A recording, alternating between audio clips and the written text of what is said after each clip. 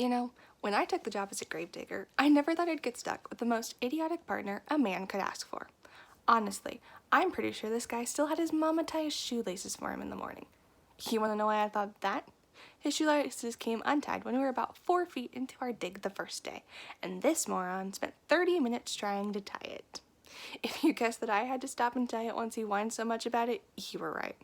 Honestly, that man was useless. Using a shovel isn't that hard. Pretty sure all of you before have used one, and if you haven't, you could figure it out real quick, right? Right. If you paused my here recollection of events to test out your abilities, you might just be as stupid as Steve. First day of working together, he tried to shove the handle part into the ground. His explanation? It's thicker, Tommy. It should hit that ground harder.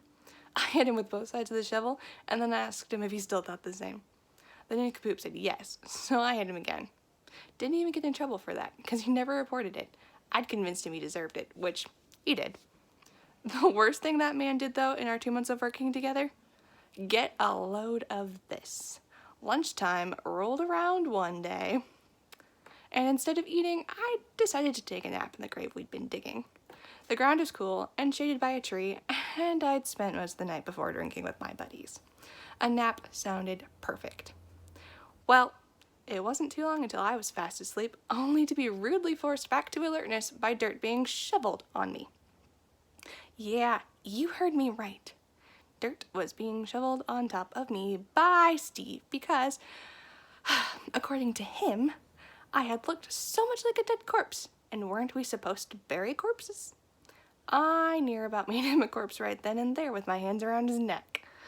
Instead, I shoved him in the hole and got him to digging, which he'd only finally learned how to do properly the week before.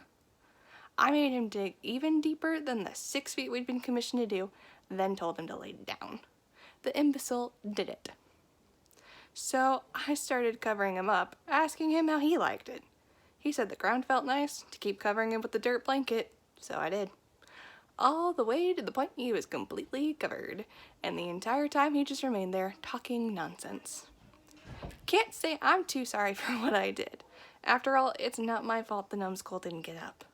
I told the boss I hadn't seen him when he asked, and some other sucker got buried on top of him.